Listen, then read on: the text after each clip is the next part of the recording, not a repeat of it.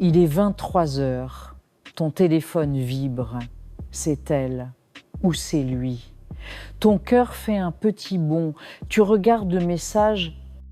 Ça dit « J'ai encore merdé avec nom de son crush actuel. Je peux t'appeler ? T'es le seul qui me comprenne vraiment. T'es un amour. » Et là, le soufflet retombe.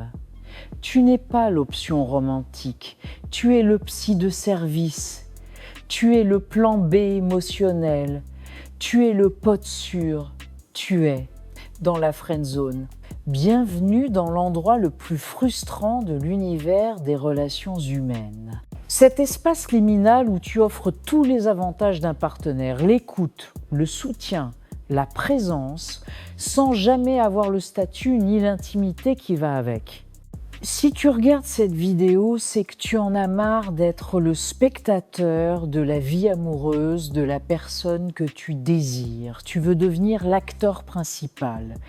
Aujourd'hui, on va pas se mentir, on va déconstruire la mécanique de la friend zone et je vais te donner le plan d'évasion en 3 phases. Reste jusqu'à la fin, car la dernière étape est celle que 99% des gens n'osent jamais franchir. On y va. Avant de vouloir sortir de la friend zone, il faut comprendre pourquoi tu y es entré. La friend zone, ce n'est pas une punition divine. C'est une dynamique relationnelle que tu as co-créée. Oui, ça pique, mais tu es responsable à 50%. Pourquoi ? Parce que la friend zone est le résultat d'un malentendu fondamental sur l'attirance. L'erreur classique, c'est de penser que l'amitié est la première marche de l'amour.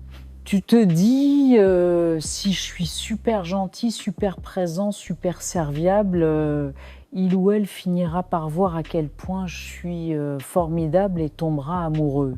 C'est faux. C'est le mythe du nice guy ou de la nice girl. L'amitié est basée sur le confort, la similitude et la sécurité. L'attirance romantique, elle, est basée sur la polarité, le mystère et une forme de tension saine. En étant trop sécurisant, tu as tué la tension. Tu es devenu un meuble confortable dans sa vie. On aime son canapé, mais on n'a pas envie de coucher avec. Pour sortir de la zone, il faut arrêter d'être un canapé. Il faut redevenir une personne imprévisible et désirante.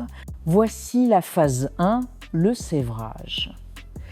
Si tu es dans la friend zone, c'est que tu es trop acquis. Ton attention ne vaut rien parce qu'elle est gratuite et illimitée.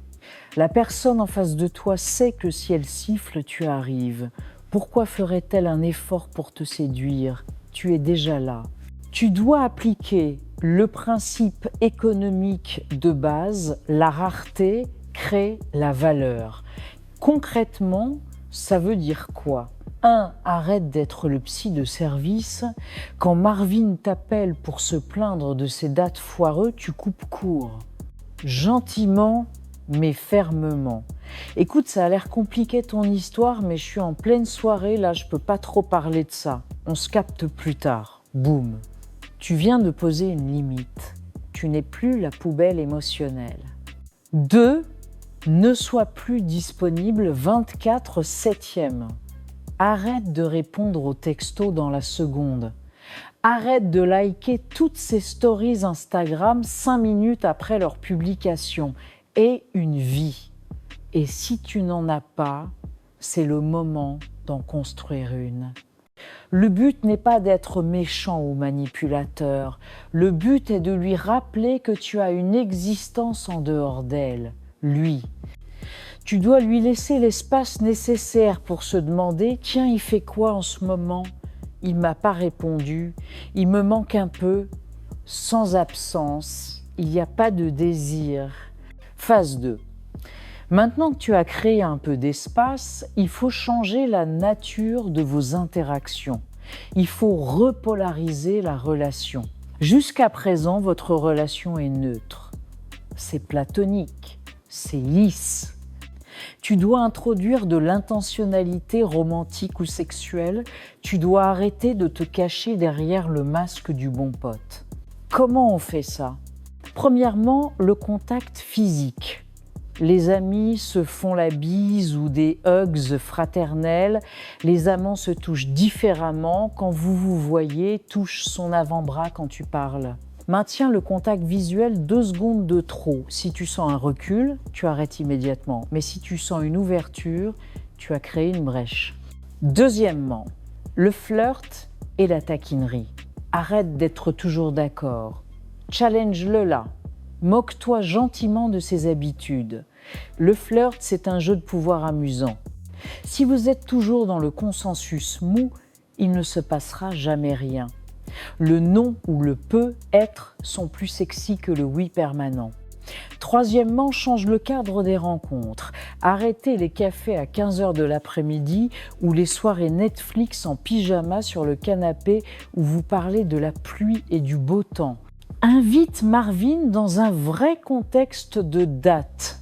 Un verre le soir dans un endroit tamisé, une activité où il y a de l'adrénaline. Sors Marvin du contexte pote, tu as créé du manque, tu as commencé à flirter, la dynamique change. Maintenant arrive la phase 3, la plus terrifiante, celle de la vérité. Il faut mettre les pieds dans le plat.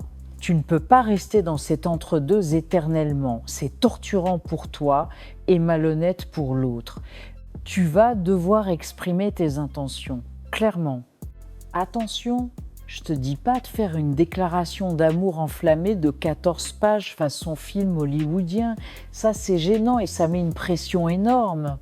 Non, tu dois exprimer une envie, une curiosité. La prochaine fois que la tension est bonne, que vous passez un bon moment et que tu sens que le terrain est préparé par les phases 1 et 2, tu peux dire quelque chose comme « Tu sais, plus on passe de temps ensemble, plus je me dis qu'il y a quelque chose d'intéressant entre nous qui dépasse l'amitié. J'ai envie de voir où ça pourrait mener si on sortait vraiment ensemble, pour un vrai date. Qu'est-ce que t'en penses ?» C'est simple, c'est direct, c'est confiant. Et là, tu attends la réponse. Et c'est là que tout se joue. Il y a 2 issues possibles.